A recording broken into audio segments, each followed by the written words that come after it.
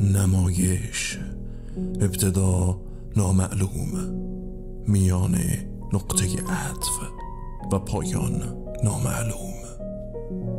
ایستگاه شهر کشف، داجوینده پس از زمانی دور در تاریکی شهر با حالتی از شادی، غم، تعجب و سردرگمی با صدای خشدار فریاد میزند. اینک دیدش، اندیشش و حسش نسبت به شهر تغییر کرده است. انگار وارد دنیایی نو شده است.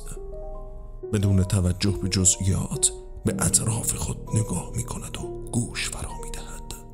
شهر، صداها، نورها، حرکتها و حسها. داجوینده فریاد می زند. یافتم خالق میشنوی؟ یافتم.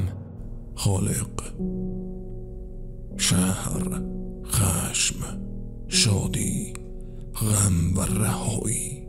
مردم به داجوینده با تعجب نگاه می کنند. داجوینده گریه و اشک شوق. چی شد؟ من بودم یا تو؟ خالق، چه جریانی تو مسیر گذاشتی که برام آشکار نیست که من خالق اتفاقاتش هستم یا مخلوقت سرنوشت؟ داجوینده سردرگم در شهر پرسه میزند. به پارک ها، به پل ها، به کوچه ها و به خیابان ها هجوم میبرد. خالق، سکوت. شهر، فراز ها، نشیب ها، شکست ها، پیروزی ها، انتقام ها و انقلاب ها. داجوینده، من الان نه انکار، نه نابود، نه به تعویق و نه به سکون میندازم.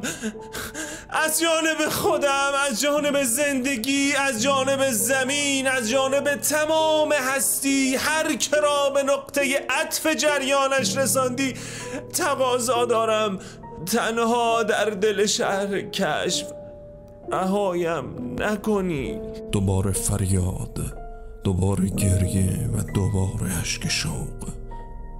خالق، همچنان سکوت. این بار ندایی در درون، انگار در فکرها، انگار در الانها، انگار در لحظه ها خود را به فهم میرساند.